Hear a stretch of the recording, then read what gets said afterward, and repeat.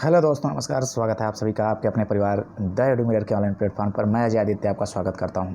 आशा और उम्मीद विश्वास करता हूं कि आप सभी लोग स्वस्थ हैं, बढ़िया हैं, मस्त हैं। आप लोग की पढ़ाई लिखाई का भी काम बहुत अच्छे से चल रहा है। तो आप लोग पहले तो नए हैं तो चैनल को सब्सक्राइब कर लीजिएगा, क्योंकि जितना ज़्यादा से ज़्यादा सब्सक्राइब होगा चैनल, उसके बाद बहुत जल्दी हम लोग लाइव आना भी शुरू करेंगे। तो आपके लिए हर एक नोटिफिकेशन आप तक पहुंचता रहेगा और बहुत आसानी से हम लोग इस महत्वपूर्ण सेशन को अच्छे से ज्वाइन कर पाएंगे, ठीक ना। तो आप चैनल को सब्सक्राइब कर लीजिएगा। और आइए आज का सेट नंबर 6 हम लोग देखते हैं। आज का पहला क्वेश्चन होगा आप लोग के सामने कि भारत के संविधान का प्रारूप तैयार कर संविधान सभा के सदस्यों को ब्रिटिश संसद द्वारा नामित किया गया, विभिन्न प्रांतों की विधानसभाओं द्वारा चुना गया, या गवर्नर जनरल द्वारा नामित किया गया, या भारतीय राष्ट्रीय कांग्रेस और मुस्लिम लीग द्वारा आए थे। ठीक है, तो देखिए यहाँ पे जो क्वेश्चन पूछा है कि आपसे कि संविधान का प्रारूप तैयार कर संविधान सभा के जो सदस्य आए थे, यानी कि हमारे संविधान सभा में देखेंगे कि जो 389 सदस्य आए थे, है ना, 389 जो सदस्य आए थे वह कैसे आए थे। और हम लोग जानते हैं कि हमारे संविधान सभा में देखें कैबिनेट मिशन के प्रावधानों के तहत सारी बातें की जाती हैं, जिसमें कहा जाता है प्रति 10 लाख जनसंख्या पे एक प्रतिनिधि आएगा चुनकर। अब वो एक प्रतिनिधि अगर चुन कर आएगा तो वो कैसे आएगा, निर्वाचित होकर आएगा कि मनोनीत होकर आएगा, कि कहाँ से कैसे आए थे, तो इन्हीं के बारे में पूछा गया है। तो दोस्तों वो विभिन्न प्रांतों की विधानसभाओं द्वारा चुने गए थे, ठीक ना। कैसे? विभिन्न प्रांतों की विधानसभाओं द्वारा चुने गए थे। देखिए जो विधानसभाएँ थी वहाँ से तो इनका चुनाव हुआ था, ठीक है, जो विधानसभाएँ थीं वहाँ से तो चुनाव हुआ था। और उसके बाद बाकी अगर बात किया जो देसी रियासतें थीं, इन रियासतों से क्या हुआ था, इन रियासतों से इनको मनोनीत करके बुलाया गया था, ठीक ना। रियासतों से क्या किया गया था, इन्हें मनोनीत किया गया था। यानी कि हम कहते हैं कि मनोनीत भी हुए थे और कुछ निर्वाचित भी हुए थे। निर्वाचित जो हुए थे विभिन्न प्रांतों की विधानसभाओं द्वारा इनको चुना गया था, निर्वाचित हुए थे। और कुछ जो बचते हैं रियासतों वाले, उनका क्या होता है, मनोनयन होता है। तो यह निर्वाचित भी हुए थे, मनोनीत होते। क्वेश्चन के अकॉर्डिंग जो सदस्य हैं विभिन्न प्रांतों की विधानसभाओं द्वारा इनको चुना गया था। तो आप क्या कहेंगे, ऑप्शन नंबर बी होगा क्वेश्चन के अकॉर्डिंग, ठीक ना। आइए अगले क्वेश्चन की तरफ देखते हैं। नेक्स्ट क्वेश्चन जो आपसे पूछा जाएगा यहाँ पे क्वेश्चन नंबर सेकेंड होता है कि निम्नलिखित कथनों पर विचार कीजिए। दोस्तों देखिए, विचार करने के जो क्वेश्चन आ जाते हैं बहुत इंपॉर्टेंट होते हैं, और ये क्वेश्चन हम लोग क्विज के माध्यम से नहीं कर पाते हैं, इसलिए इन क्वेश्चन का कलेक्शन आपके सामने ऐसे रखा जाता है, ठीक ना। निम्नलिखित कथनों पर विचार कीजिए। मूल संविधान में 10 अनुसूचियाँ थी, जो वर्तमान में 12 अनुसूचियाँ। देखिए यहाँ पे कथन की अगर विचार किया जाए दोस्तों, तो विचार करने की बात यह है कि यहाँ पे कह दिया मूल संविधान में 10 अनुसूचियाँ थी दोस्तों, जबकि 10 नहीं थी, कितनी थी, 8 अनुसूचियाँ थी। यह बात गलत कह दिया है। जो कि वर्तमान में कितनी है, ये बात बिल्कुल सही है कि वर्तमान में हमारे भारतीय संविधान में जो वर्तमान में अनुसूचियों की संख्या है, यह बात तो बिल्कुल कह रखा है यहाँ पे 12, मगर मूल संविधान में यह 10 नहीं थी। यह यहाँ पे क्या इसको रखना चाहिए, 8 लिखना चाहिए था, 8 थी, जो कि 10 से 11 12 ऐसे होती हैं। जैसे 9वीं अनुसूची की बात किया जाए तो भारतीय संविधान का पहला ही संविधान संशोधन होता है, यह 1951 में इसे जोड़ दी जाती है 9वीं अनुसूची भूमि सुधार से। 10वीं अनुसूची होती है 52वां संविधान संशोधन होता है, ये जोड़ी जाती है 1985 में दल बदल कानून संबंधित प्रावधान है। 11वीं अनुसूची जोड़ी जाती है भारतीय संविधान का 73वां संविधान संशोधन 1992 होता है, 93 प्रभावी होता है, तब जोड़ी जाती है वो पंचायती राज व्यवस्था संबंधित होती है, वो होती है हम लोग की 11वीं अनुसूची होती है, ठीक ना। 11वीं अनुसूची में ग्रामीण क्षेत्रों के लिए बात की जाती है। 1992 में ये संशोधन होता है और 1993 में प्रभावी हो जाता है। और 12वीं अनुसूची जोड़ी जाती है इसके ठीक बाद इसी समय कॉल होता है 1992 से 93 में 74वां संविधान संशोधन के माध्यम से 12वीं अनुसूची जोड़ दी जाती है। तो इस तरह से 8 से अनुसूचियों की संख्या 12 होती है, न कि 10 से 12 होती है। तो ये क्वेश्चन के अकॉर्डिंग पहला ऑप्शन तो गलत हो गया। संविधान की अनुसूची 1 के अंतर्गत भारत के राज्य क्षेत्रों को परिभाषित किया गया, यह बात बिल्कुल सही है, क्योंकि भारतीय संविधान का अगर बात किया जाए कि जो अनुसूची पहली है संघ एवं उसके राज्य क्षेत्र के बारे में वर्णन करती है, जो कि पहला अनुच्छेद कहता है India that is Bharat shall be union of state, Bharat राज्यों का संघ होगा। दूसरा अनुच्छेद कहता है, जिसमें कहता है कि नहीं, भारत में नए राज्यों का गठन और स्थापना कर सकती है संसद साधारण बहुमत से, दूसरा अनुच्छेद होता है। तीसरा में कह दिया जाता है कि किसी राज्य के नामों में सीमा क्षेत्रों में परिवर्तन किया जा सकता है। और चौथी में कह दिया जाता है उपयुक्त 2 और 3 में हुआ परिवर्तन, ये 368 में मान्य नहीं होगा। भारतीय संविधान के भाग 1 में यह बातें होती हैं। अनुसूची भाग 1 से 4 तक चलता है, इसमें यह बात की जाती है, यानी किसे परिभाषित किया गया राज्य क्षेत्रों को। तो आपका जो ऑप्शन नंबर ये बनेगा बी बिल्कुल सही है। इसमें केवल 2 सही है, पहला गलत कर दिए हम लोग, दूसरा सही है, तो केवल 2, ऑप्शन नंबर बी बिल्कुल सही लगेगा, ठीक है। आइए आगे देखते हैं हम लोग। आगे अगर नेक्स्ट क्वेश्चन की तरफ अगर हम लोग चर्चा करते हैं, अगले क्वेश्चन की तरफ, तो आगे जो बात पूछी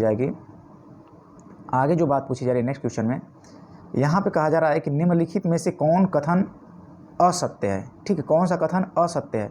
तो संविधान सभा के चुनाव जुलाई अगस्त में संपन्न हुए थे, यह बात बिल्कुल सही है। 1946 के जुलाई अगस्त में ये संविधान सभा के लिए चुनाव आयोजित कराए गए थे। संविधान सभा के चुनाव में कांग्रेस की 207 सीटें प्राप्त थी। ये देखिए यहाँ डाउट होगा आपको, संविधान प्रांतीय विधानसभाओं के विधानमंडलों के सदस्यों ने भाग लिया था। अभी हम लोग बात ही किए थे अभी कि कुछ प्रत्यक्ष कुछ अप्रत्यक्ष इसमें हुए थे, ठीक है। 16 अगस्त 1946 को मुस्लिम लीग ने प्रत्यक्ष कार्रवाई दिवस के रूप में मनाया था। यह बात बिल्कुल सही है दोस्तों कि 16 अगस्त को 1946 को मुस्लिम लीग ने प्रत्यक्ष कार्रवाई दिवस मनाया था। यहाँ पे जो बात की गई है आपसे कि दोस्तों ये 207 सीटें प्राप्त हुई थी कांग्रेस को। दोस्तों कांग्रेस को 207 नहीं हुई थी, कांग्रेस को जो सीटें प्राप्त हुई थी, कांग्रेस की जो सीटें प्राप्त होती हैं वह सीटें दोस्तों होती हैं 208, न कि 260। देखिए थोड़ा सा अंतर हो गया और यह क्वेश्चन गलत हो गया। अगर कांग्रेस के अलावा बात की जाए मुस्लिम लीग को कितनी मिली थी, तो मुस्लिम लीग को दोस्तों मिली थी यहाँ पे 73 सीटें, ठीक है ना। कितनी सीटें मिली थी? 73। और अन्य को कितनी मिली थी दोस्तों? तो अन्य को 15 सीटें मिली थी, ठीक ना। इस तरह से ये सीटों का देखेंगे हम लोग। उस समय जो सीटें मिली थी कितना मिली थी? कांग्रेस को 208 न कि 207, और 73 मुस्लिम लीग को, और अन्य को 7 मिली थी, 15 मिली थी, ठीक है। अब ये 207 लिख के यहाँ पे ये गलत कर ही दिया ना, तो यहाँ पे इसे 208 लिखना चाहिए, क्योंकि हम लोग 208 देख रहे हैं तो 207 लिख के गलत किया, इसलिए क्वेश्चन के कारण आपको ऑप्शन नंबर बी गलत कर दिया 207 लिख के। यह बात असत्य है। क्या सत्य होगी? तो 208 सीटें सत्य होंगी कि कांग्रेस को 208 सीटें मिली थी, ठीक है। आइए आगे देखते हैं नेक्स्ट क्वेश्चन की तरफ। अब मौलिक कर्तव्य के संदर्भ में निम्नलिखित कथनों पर विचार करना है। दोस्तों मौलिक कर्तव्य की अगर बात किया जाए तो मौलिक कर्तव्य पहले है कहाँ, कैसे, उसके बारे में हम लोग चर्चा करते हैं। अगर मौलिक कर्तव्य की अगर हम लोग चर्चा ही करते हैं तो मौलिक कर्तव्य देखिए भारतीय संविधान का जो भाग 4 का क होता है। पहले तो ये हम लोग देखेंगे भारतीय संविधान का 4 का क होता है, अनुच्छेद 51 का होता है। ये बेसिक फैक्ट है, अनुच्छेद 51 का क होता है, ठीक है। अब इसमें क्या क्या बातें हैं इसके बारे में हम लोग चर्चा करेंगे। भारतीय संविधान मौलिक कर्तव्यों की अवधारणा तत्कालीन रूप से ली गई थी। बिल्कुल यह बात सही की गई। भारतीय संविधान में मौलिक कर्तव्यों की अवधारणा जो ली गई थी यह पूर्व सोवियत संघ रूस के संविधान से ली गई है। जैसे कुछ अमेरिका से लिया गया, कुछ रूस या आयरलैंड से लिया गया ना, तो उसी तरह जो हमारे यहाँ मौलिक कर्तव्य की अवधारणा है वह रूस के संविधान से ली गई है। दूसरा का देखते हैं, यह 11वां मौलिक कर्तव्य 2003 में जोड़ा गया। दोस्तों ये बात गलत कह दिया है। 11वां जो मौलिक कर्तव्य है हमारा, ये 2003 में नहीं जोड़ा जाता है। ये भारतीय संविधान का 86वां संविधान संशोधन होता है, ठीक ना। 86वां संविधान संशोधन ये 2002 में होता है। कब होता है दोस्तों? 2002 में, न कि 2003 में। और इसी के तहत जोर दिया जाता है कि 6 से लेकर 14 साल तक के बच्चों के लिए माता पिता का यह कर्तव्य होगा कि उन्हें अनिवार्य शिक्षा के लिए स्कूल भेजें, ठीक है। यह माता पिता का कर्तव्य होगा जो 86वें संविधान संशोधन 2002 के माध्यम से जोड़ा जाता है, न कि 2003। तो आपका ऑप्शन ये गलत हो गया और पहला सही हुआ था, इसलिए कहेंगे कि केवल एक सही है। ऑप्शन नंबर ए बिल्कुल सही है कि मूल कर्तव्यों की संख्या अगर आज की डेट में देखेंगे तो 11 है, और हमारे मूल संविधान में कोई मूल कर्तव्य नहीं था, ठीक है। बाद में 10 जोड़े गए थे 42वें संविधान संशोधन 1976 के द्वारा, मगर फिर एक और जोड़ दिया जाता है, ये 86वां संविधान संशोधन 2002 के द्वारा, ठीक है। आइए आगे देखते हैं। अगला क्वेश्चन होगा, निम्नलिखित में से असत्य कथन का चयन करना। असत्य क्या है? निम्नलिखित में से उसका चयन करना है।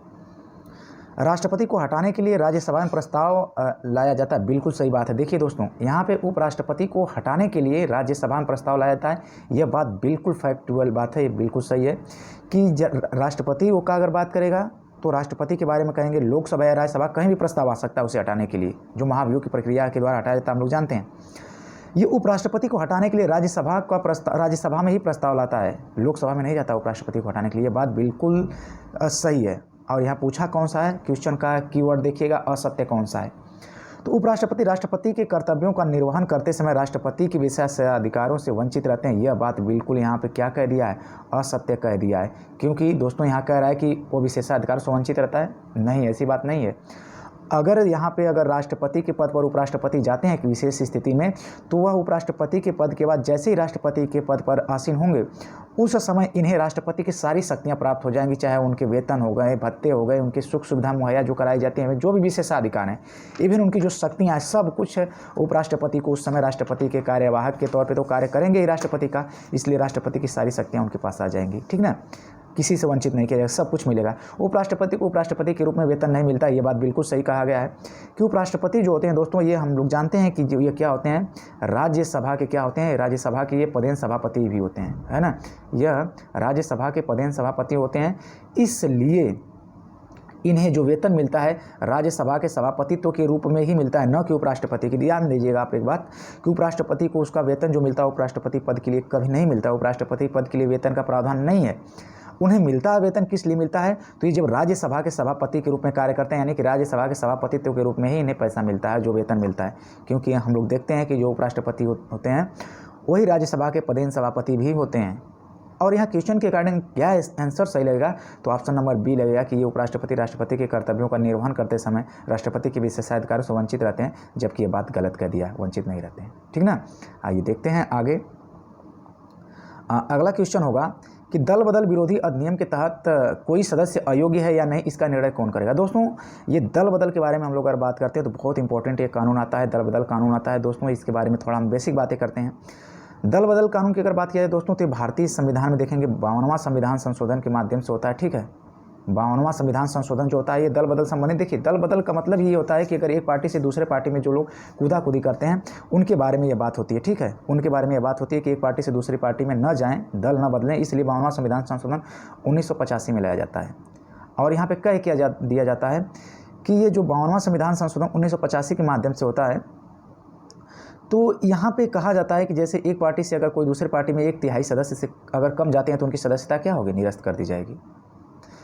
फिर उसके बाद में कहा जाता है एक और संविधान संशोधन होता है 2003 में होता है 91वां संविधान संशोधन, अटल जी की सरकार होती है 2003 में। और यहाँ पे कहा जाता है नहीं 1/3 नहीं, 2/3 सदस्य से अगर कम जाते हैं दूसरी पार्टी में तो वह जीत कर अगर दूसरी पार्टी में जाएंगे तो उनकी सदस्यता निरस्त हो जाएगी। क्यों कि देखिए जैसे सरकार होती है, सरकार बनती है इन जीते हुए सदस्यों से, जैसे दूसरी पार्टी में वह चले जाते हैं तो उनकी सरकार क्या होगी, उनकी सरकार गिर जाएगी। तो इन लोगों को दल बदलने पर अंकुश लगाने के लिए ही जो होता है कि ये दल बदल कानून आता है 52वें संविधान संशोधन के माध्यम से। और अनुसूची की बात करें तो 10वीं अनुसूची में दल बदल कानून का प्रावधान किया गया है। कहाँ पे किया गया है, 10वीं अनुसूची में। इसमें प्रावधान किया गया है कि आप एक पार्टी से दूसरी पार्टी में जीत कर नहीं जा सकते, नहीं तो आपकी सदस्यता को निरस्त कर दिया जाएगा। तो यह बात की गई कि इसका निर्धारण कौन करता है, क्वेश्चन आपसे ये पूछा है। तो लोकसभा में लोकसभा अध्यक्ष, राज्यसभा में सभापति। यह बात बिल्कुल सही। देखिए दरअसल क्या होगा कि उस संबंधित जो भी सदन होगा उसका अध्यक्ष ये डिसाइड करेगा कि यह व्यक्ति जो है दल बदल किया है, इसको अयोग्य घोषित किया जाए। राज्यसभा और लोकसभा के दोनों निर्वाचन आयोग का कोई ताल्लुकात नहीं से है। और राज्यसभा और लोकसभा के दोनों राष्ट्रपति द्वारा, राष्ट्रपति नहीं इसमें कुछ भूमिका लेंगे। यहाँ पे लोकसभा का अगर सदस्य होगा तो उसकी सदस्यता लोकसभा के अध्यक्ष निरस्त करेंगे। राज्यसभा में अगर होगा तो राज्यसभा के सभापति निरस्त करेंगे, जहाँ का वो सदस्य होगा जिस संबंधित सदन का। तो आप कहेंगे इसमें केवल एक क्या होगा, आपका केवल एक बिल्कुल सही आंसर होगा। ठीक ना। आई होप कि आपको समझ में आ रहा है। तो दोस्तों को भी ज़्यादा से ज़्यादा शेयर करिए, चैनल को सब्सक्राइब करिए, ज़्यादा से ज़्यादा प्यार दीजिए और कमेंट सेक्शन में ज़रूर बताया करिए कि आपको सीरीज़ कैसी लग रही है। ठीक ना। आइए देखते हैं अगला क्वेश्चन। हम लोग देखेंगे कि निम्नलिखित में से किसके संदर्भ में संसदीय समिति गठित नहीं की गई थी। निम्नलिखित में से किसके संदर्भ में संसदीय समिति गठित नहीं की गई थी। सार्वजनिक उद्यमों के बारे में। दोस्तों सार्वजनिक उद्यमों के बारे में एक समिति का गठन हुआ था, 1964 में हुआ था। ठीक ना। कब हुआ था, 1964 में हुआ था। अल्पसंख्यकों के बारे में भी हुआ था। सरकारी आश्वासनों के बारे में अभी तक किसी समिति का गठन नहीं हुआ है। ठीक ना। तो आपका नंबर सी लेगा। सरकारी आश्वासनों के बारे में अगर समिति गठित होगी तो थोड़ा सोचिएगा कि जो सरकारी आश्वासन दिए जाते हैं सरकार द्वारा, जो सरकार गठित होती है, जो आश्वासन देती है, अगर उसके लिए कोई समिति बना दी जाए कोई आश्वासन के लिए, तो सोचिए कि उस समिति के लिए कितनी बड़ी चुनौती आने लगेंगी ना, कितना ज़्यादा उसका कार्यभार कैसे चलनेगा। आप समझ सकते हैं कि जितना आश्वासन दिया जाएगा उसके लिए कमेटी बनाई गई है, उस बारे में चर्चाएं होंगी। तो इस सरकारी आश्वासनों के लिए अभी तक कोई कमेटी नहीं बनी, मगर बाकी के सार्वजनिक उद्यमों के लिए ये बन चुकी 1964 में, और अल्पसंख्यक के लिए भी बनी है, सरकारी उद्यम के लिए नहीं बनी है। ठीक है ना। आइए आगे देखते हैं। आज का अगला क्वेश्चन आप लोग के सामने रखा गया है। निम्नलिखित कथनों में से कौन सा एक सही है। निम्नलिखित कथनों में से कौन सा एक सही है। भारत में एक ही व्यक्ति एक ही समय में 2 या 2 से अधिक राज्यों में नियुक्त नहीं किया जा सकता राज्यपाल के तौर पर। बात ये गलत कह दिया, किया जा सकता है ना, ये कह रहा है, क्योंकि भारतीय संविधान का जो देखेंगे 7वां संविधान संशोधन 1956 में होता है, कह दिया जाता है कि एक व्यक्ति जो होता है किसी एक राज्य का अगर वह राज्यपाल है तो दूसरे राज्य का भी वह राज्यपाल बन सकता है, निसंदेह बन सकता है। जैसे आनंदीबेन पटेल जी का ले लीजिए उत्तर प्रदेश और मध्य प्रदेश ना, तो ये गलत कह रहा है कि नहीं बन सकता, बन सकता है। भारत में राज्यों के उच्च न्यायालय के न्यायाधीशों को राज्य के राज्यपाल द्वारा नियुक्त किए जाते हैं। ठीक वैसे जैसे उच्चतम न्यायालय के न्यायाधीश राष्ट्रपति द्वारा नहीं हुआ प्रक्रिया नहीं होती है। देखिए ये उच्च न्यायालय के जो मुख्य न्यायाधीश होते हैं वो बाकी के न्यायाधीशों की नियुक्ति नहीं करते हैं। चाहे उच्चतम न्यायालय हो चाहे उच्च न्यायालय हो, वहाँ के न्यायाधीशों की नियुक्ति किसके द्वारा की जाती है, राष्ट्रपति के द्वारा की जाती है। तो ये भी बात गलत कर दिया है कि ये मुख्य न्यायाधीश करेंगे, नहीं, राष्ट्रपति करेंगे। भारत के संविधान में राज्यपाल को उसके पद के लिए कोई प्रक्रिया का अधिकृत नहीं, ये बात बिल्कुल सही है, क्योंकि राज्यपाल को हटाने के लिए कोई भी यहाँ पे हमारे प्रक्रिया अधिकारित नहीं की गई है। हमारे संविधान में ये बात सही है, क्योंकि ये क्या होते हैं, राष्ट्रपति के प्रसाद पर्यंत होते हैं। जब तक राष्ट्रपति चाहते हैं तब तक ये पद पर बने रहेंगे, उसके बाद राष्ट्रपति चाहेंगे तो इन्हें प्रसाद पर्यंत इसे हटा भी सकते हैं। ठीक है। आपका ऑप्शन नंबर इसमें क्या लगेगा, आपका बिल्कुल सही लगेगा, ऑप्शन नंबर सी बिल्कुल सही कथन सही है। ठीक ना। आइए आगे देखते हैं। कहा जाएगा नियम समिति के संदर्भ में कौन सा कथन सही है। दोस्तों नियम समिति की बात किया जाए तो जैसे हमारे संविधान का जब निर्माण होता है तो संसदीय समितियां तो हैं इस समय, और उस समय संविधान सभा में भी ढेर सारी छोटी बड़ी समितियां थीं जिनका योगदान था संविधान के निर्माण करने में अपनी भूमिका का निर्वहन करना। अब बात करते हैं कि जैसे ये समितियां थी, छोटी बड़ी कई समितियां थी, जिसमें एक समिति का नाम लिया गया है यहाँ पे नियम समिति। ये नियम समिति में कौन सा कथन सही है, तो इस पर हम लोग चर्चा करते हैं। तो देखिए दरअसल नियम समिति जो होती है दोस्तों, नियम समिति की अगर हम लोग बात करते हैं तो डॉक्टर राजेंद्र प्रसाद नियम समिति के अध्यक्ष थे। ये बिल्कुल बात सही है, नो डाउट। नियम समिति के जो अध्यक्ष होते हैं वह होते हैं डॉक्टर राजेंद्र प्रसाद। इस समिति में कुल 15 सदस्य थे, यह भी बात बिल्कुल सही है। नियम समिति 15 सदस्यीय समिति थी। इस समिति में सरोजिनी नायडू एकमात्र महिला सदस्य थी, यह बात बिल्कुल गलत कह दिया, यानी कि पहला और दूसरा सही, ऑप्शन नंबर बी बिल्कुल सही है। क्योंकि जो नियम समिति होती है उसके अध्यक्ष राजेंद्र प्रसाद होते हैं और ये 15 सदस्यीय नियम समिति होती है। और इस जो बात होती है आपकी पहली और दूसरी बिल्कुल सही कही गई है। क्वेश्चन के अकॉर्डिंग आप ऑप्शन नंबर बी लगाएंगे, ठीक है। आइए देखते हैं नेक्स्ट क्वेश्चन की तरफ। नेक्स्ट क्वेश्चन जो होगा आपका, नेक्स्ट क्वेश्चन होगा भारत के संविधान की उद्देशिका में निहित शब्दावली जिस क्रम में दी गई। देखिए भारतीय संविधान की उद्देशिका की अगर बात की जा रही है यहाँ पे, तो यहाँ जो बात की गई है स्वतंत्रता की बात की गई है ना। विचार, व्यक्ति, विश्वास, धर्म और उपासना की स्वतंत्रता की बात की गई है। और स्वतंत्रता कितने प्रकार की बात की गई भारतीय संविधान की उद्देशिका या प्रस्तावना या प्रियम्बल में, तो 5 प्रकार की स्वतंत्रता की बात की गई है, ठीक है। तो ये 5 प्रकार की स्वतंत्रता का क्रम पूछ दिया है आपसे कि इसमें निम्न में से कौन सा क्रम, वैसे ही जैसे कि हमारे संविधान की प्रस्तावना में रखा गया है। तो विचार और व्यक्ति, विश्वास, धर्म और उपासना कहाँ दिख रहा है, तो आपके ऑप्शन नंबर सी में दिख रहा है, विचार और व्यक्ति और विश्वास, धर्म की उपासना, ठीक है। ये स्वतंत्रता हमारे भारतीय संविधान की प्रस्तावना में मिली है। और आप यह बिल्कुल सही कहेंगे कि विचार की स्वतंत्रता और व्यक्ति की स्वतंत्रता, विश्वास की स्वतंत्रता, धर्म और उपासना की स्वतंत्रता बिल्कुल सही आपका लगेगा। क्या ऑप्शन नंबर सी क्रम सही है। आइए आगे देखते हैं, अगले क्रम में देखेंगे नेक्स्ट क्वेश्चन की तरफ। वह प्रधानमंत्री जिसने प्रधानमंत्री पद से पूर्व मुख्यमंत्री का पद का निर्वहन नहीं किया। देखिए जैसे प्रधानमंत्री बनते हैं तो यहाँ पूछा गया है आपसे कि बताइए कौन ऐसे प्रधानमंत्री रहे जो इसके पहले मुख्यमंत्री नहीं थे। इसके पहले वह मुख्यमंत्री नहीं, जैसे आज बात किया जाए नरेंद्र मोदी जी की, तो नरेंद्र मोदी जी दरअसल आज की डेट में इसके पहले वो गुजरात के मुख्यमंत्री रहे हैं, आज प्रधानमंत्री। ऐसे कौन से मुख्यमंत्री जो कौन से ऐसे प्रधानमंत्री रहे हैं जो मुख्यमंत्री नहीं रहे, कोई एक तो रहा होगा। देखिए देखते हैं। मोरारजी देसाई की बात किया जाए दोस्तों, तो मोरारजी देसाई महाराष्ट्र से थे। चौधरी चरण सिंह भी थे। एच.डी. देवगौड़ा आंध्र प्रदेश से थे। चंद्रशेखर जी जो होते हैं किसी भी राज्य के मुख्यमंत्री नहीं बनते हैं, या डायरेक्ट क्या बन जाते हैं, देश के प्रधानमंत्री बन जाते हैं। तो चंद्रशेखर जी होते हैं। आपका बिल्कुल ऑप्शन नंबर क्या लगेगा, option number C is the right answer, ठीक है। क्या है, C is the right answer, ठीक है। चलिए आगे चलते हैं दोस्तों। दबा के शेयर करिए, लाइक भी करिए, सब्सक्राइब भी करिए, आपका अपना चैनल है, ढेर सारा प्यार दीजिए। उपयुक्त कथनों में से कौन सत्य का सही है, चयन कीजिए। कौन सा सही है, ये देखिए ऊपर का जो था। अगला क्वेश्चन होगा 42वें संविधान संशोधन अधिनियम के तहत कौन सा विषय समवर्ती सूची में नहीं जोड़ा गया, नहीं जोड़ा गया क्वेश्चन का है। देखिए कीवर्ड यह है। तो देखिए 42वां संविधान संशोधन जो होता है दोस्तों, पहले तो ये हम लोग बात करेंगे, अच्छे से पता है ये 1976 में होता है, नो डाउट, है ना। अब ये होता है कि देखिए कुछ समवर्ती सूची से उठाकर कुछ विषय कहाँ रख दिया जाता है, समवर्ती सूची में, सॉरी, राज्य सूची से उठाकर कहाँ डाल दिया जाता है, राज्य सूची से उठाकर कुछ विषय को कहाँ रख दिया जाता है, समवर्ती सूची में रख दिया जाता है।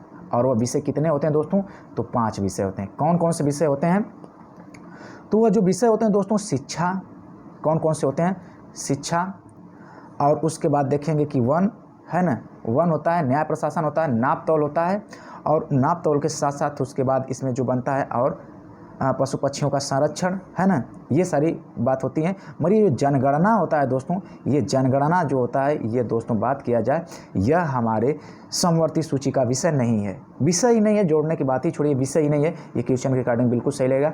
हाँ, ये कहाँ का है, तो यह संघ सूची का विषय है, ठीक है। किसका है, संघ सूची का जनगणना। और एक बात हम यही लगे हाथ बता देंगे, आप डाउट में न रहिएगा। अगर पूछ दिया कि जनसंख्या नियंत्रण कहाँ का विषय है, जनसंख्या नियंत्रण, समझ रहे ना। देखिए जनसंख्या नियंत्रण की बात पूछेगा तो आप क्या लगाएंगे, तब वहाँ पे आंसर बदल जाएगा, तब वहाँ पे आपका क्या हो जाएगा, तब राज्य सूची का विषय हो जाता है जनसंख्या नियंत्रण, ठीक है। और अगर पूछता है कि जनगणना कहाँ का है, तो संघ सूची का है। और क्वेश्चन के अकॉर्डिंग 42वें संविधान संशोधन 1976 की अगर बात किया जाए, तो वन, न्याय प्रशासन, नाप तौल और पशु पक्षियों के संरक्षण और शिक्षा, यह 5 विषय जोड़ देते हैं राज्य सूची से समवर्ती सूची में, जबकि जनगणना इसमें नहीं है। हमारी समवर्ती सूची में जनगणना नहीं है। कहाँ है, तो यह राज्य सूची में। आप अच्छे से जानते हैं कि हमारे संविधान की 7वीं अनुसूची जो होती है, 7वीं अनुसूची में संघ और राज्य के बीच शक्तियों का विभाजन किया गया है, ठीक ना, ये बातें वहाँ पे होती हैं। तो उसी के तहत ये क्वेश्चन बनाया गया है। आई होप कि आप लोग को पसंद आया होगा, समझ में भी आया होगा। अगर पसंद आया तो लाइक भी करिएगा, दोस्तों तक शेयर करिएगा। चैनल को सब्सक्राइब नहीं किया तो चैनल को सब्सक्राइब भी कर लीजिएगा। ये आपको सीरीज कैसी लगी कमेंट सेक्शन में हमें ज़रूर बताइएगा। फिर आगे हम लोग मिलेंगे अगले नए सेट के साथ, कल नए क्वेश्चन के साथ, नए जोश के साथ, नई बातों के साथ। तब तक के लिए आप लोग अपना ख्याल रखिए, ध्यान रखिए। मिलते रहेंगे कल फिर। थैंक यू दोस्तों, love you all, take care, जय हिंद।